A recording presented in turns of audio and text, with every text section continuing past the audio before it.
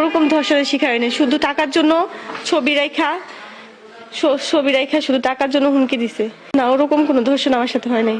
মানে রেস্টুরেন্টে গিয়ে সবাই একটু খাওয়া দাওয়া করছি, খাওয়া দাওয়া করতে করতে মাগরিবে আজানের টাইম প্রায় হয়ে গেছে, 5 মিনিট আগে বের হয়ে আইছি।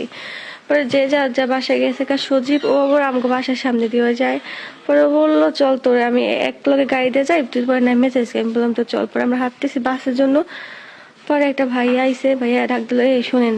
পরে বললো জি ভাই বলেন। পরে বললো যে তোমরা কি লাগো। পরে আমরা বললাম যে এরকম এরকম এক্সাম দিয়ে যাচ্ছি, পাশে যেতেছি এখন।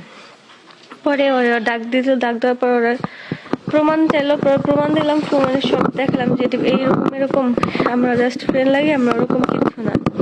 পরে ওরা মানলো না। ওরা মাইরা এক জায়গায় নিয়ে গেল, আমার আবার নিয়ে গেল এক জায়গায় টাইম নিয়ে। বালু আসলো হিন্দু, অনেক বালুর হিন্দু টাইম নিয়ে আবার নিয়ে গেছে।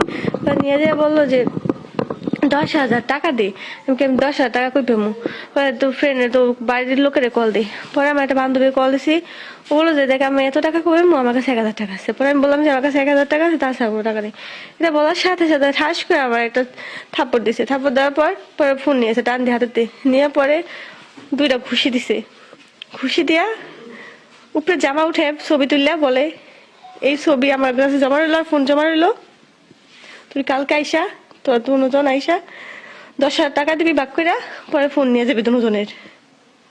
পরে আবার আমার টাইম নিয়ে দিয়ে যেতে হয়েছিল। পরে একটা ভাইয়া দেখছে, পরে আমার জিজ্ঞেস করছে, ওই এলাকারই একজন মহিলা ছিল সাথে, আবার একটা ভাইয়া ছিল।